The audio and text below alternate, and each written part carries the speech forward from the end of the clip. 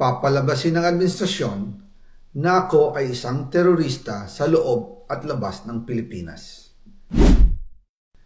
Para mailibing ako kasama ang katotohanan kahit saan man ako pumunta. Sinabi na agad sa akin ni Speaker Romualdez na kailangan ko makapag-deliver ng 2 billion pesos kada buwan para sa pagdi-deliver ng male-maletang pera patungo sa bahay ni Speaker. Ang sinabi mismo ni Speaker Martin sa akin na hati sila ni Pangulong Marcos sa perang yon para gamitin bilang bagsakan at imbakan ng pera mula sa mga SOP, collection at deliveries na para sa Pangulo. Huwag mo akong pigilan sa mga insertions ko. Huwag ka nang makialam sa budget. Ang gusto niya ng 50 billion pesos na insertion. Ngunit ang sagot ng Pangulo, humingi ka ng bago or dagdag na insertions.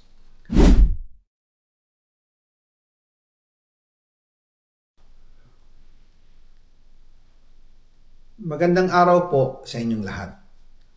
Bago ko ipagpatuloy ang aking paliwanag, nais ko munang magpasalamat sa inyo. Maraming salamat sa inyong bukas na isipan, sa inyong pasensya, at sa pagtanggap ninyo sa mga impormasyong aking ibinabahagi. Alam kong hindi madali ang mga paksang ito. Mabibigat at mahirap tanggapin. Hindi po ako makauwi dahil malaki ang banta sa buhay ko. Ngayon naman ay meron kaming natanggap na balita. Papalabasin ng administrasyon na ako ay isang terorista sa loob at labas ng Pilipinas.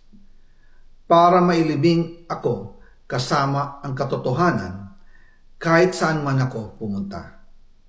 Pero mahalagang malaman ng taong bayan ang katotohanan. Muli, taos-puso akong nagpapasalamat sa inyong pakikinig. Una po sa lahat, sinasabi ng ICI at ni Henry Alcantara na 21 billion pesos daw ang napunta sa akin. Hindi po totoo yun. Wala akong natanggap na ganyang halaga.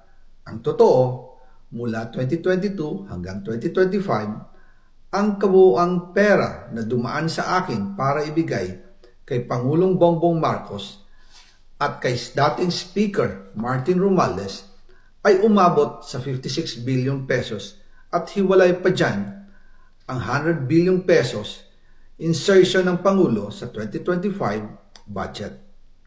Pati na rin ang 97 billion pesos flood control insertion na inilagay sa NEP ng 2026 national budget. Balikan natin kung paano ito nagsimula. Noong 2022, kakaupo ko pa lang bilang chairman ng House Committee on Appropriations, sinabi na agad sa akin ni Speaker Romualdez na kailangan ko makapag-deliver ng 2 billion pesos kada buwan. Makalipas ang ilang araw, tumawag sa akin si Yusek Bernardo. Sabi niya, kailangan ng tulong ng Bulacan sa problema nila sa baha. Pinapunta niya sa opisina ko sa Kongreso si DPWH District Engineer Henry Alcantara. Sa naging meeting namin ni Alcantara, siya mismo ang nag-offer kung paano ang hatian sa mga proyekto ng DPWH. 22% para kay Speaker Romualdez, 2% para kay Yusek Bernardo at 1% para sa kanya. Doon po nagsimula ang tinatawag nilang deliveries. Ang sistema po ay ganito. Ang mga tao ni Henry Alcantara ay nakikipag-ugnayan sa mga tao ko na sina Paul Estrada at Mark Tiksay. Sila ang tumatanggap na pera mula sa mga tao ni Alcantara. Minsan sa bahay ko sa Valle Verde, minsan naman sa BGC parking. Pagkatapos nilang makuha ang pera, sila Mark at Paul naman ang nag-aayos o nakikipag-coordinate sa tauhan ni Speaker Martin Romualdez na si Jocelyn Sereno para sa pagdi-deliver ng male-maletang pera patungo sa bahay ni Speaker. Una, sa North Forbes Park sa McKinley Drive at nang lumipat siya sa number 14 Nara Street, South Forbes Park.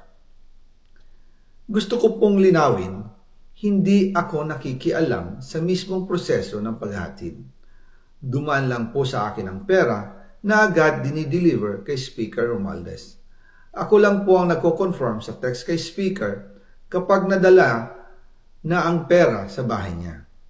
At lahat ng ito, mula sa unang utos noong 2022 hanggang sa huling delivery noong 2025. Umabot sa mahigit 55 billion pesos plus ang naihatid sa bahay ni dating Speaker Martin Romualdez. Madalas hindi nabubuo ang hinihinging 2 billion pesos bawat buwan ni Speaker, kaya iyan ang final total.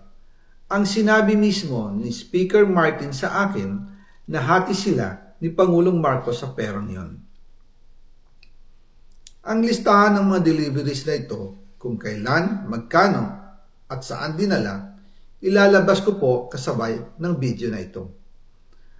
Noong November 2024, habang nasa proseso kami ng pagtatalakay ng budget, nakipag-meeting sa amin ni Speaker Martin si Yusek Jojo Cadiz. Sabi niya, masama raw ang loob ni Pangulong Marcos, wala raw siyang natatanggap na remittance. At dahil laging napapagalitan si Speaker Martin ng Pangulo mula Setyembre hanggang November, inutusan niya ako na mag-deliver ng 1 billion pesos para kay BBM. Ayon pa kay Yusek Jojo, nang ipaalam niya ito sa Pangulo, ang utos sa kanya ng Pangulo ay mag-ingat at siguraduhin si Yusek Jojo lang ang maghahatid. Ang instruction po sa akin ni dating Speaker Martin Romualdez ay dalhin sa number 30 Tamarind Street, South Forbes Park at ibigay kay Yusek Jojo Cadiz dahil ito raw ang drop off point na malapit sa bahay ng Pangulo. Sinabi rin po sa akin Speaker Martin Romualdez na si PBBM ang nag-utos sa kanya na bilhin ang bahay sa number 30 Tamarind Street para gamitin bilang bagsakan at imbakan ng pera mula sa mga SOP, collection at deliveries na para sa Pangulo. Noong December 2, 2024, personal kong i-deliver ang 200 million kay Yusek Jojo Cadiz sa number 30 Tamarind Street, South Forbes Park. Ayon sa kanya, dadalhin daw niya ito sa bahay ng Pangulo sa number 41 Nara Street, South Forbes Park. Kasunod nito, noong December 5, 2024, muli akong nag-deliver ng 800 million sa parehong address at Yusek Jojo Cadiz pa rin ang tumanggap. Sabi niya, iyon naman ay dadalhin sa bagong bahay ng Pangulo sa South Forbes Park.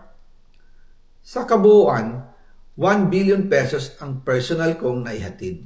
Ako mismo ang nagbigay ng pera, kasama ang aking driver at mga tauhan.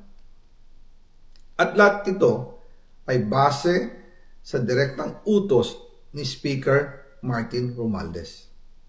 At yan po nabuo ang kabuuang halagang 56 billion na ipinadala mula 2022 hanggang 2025.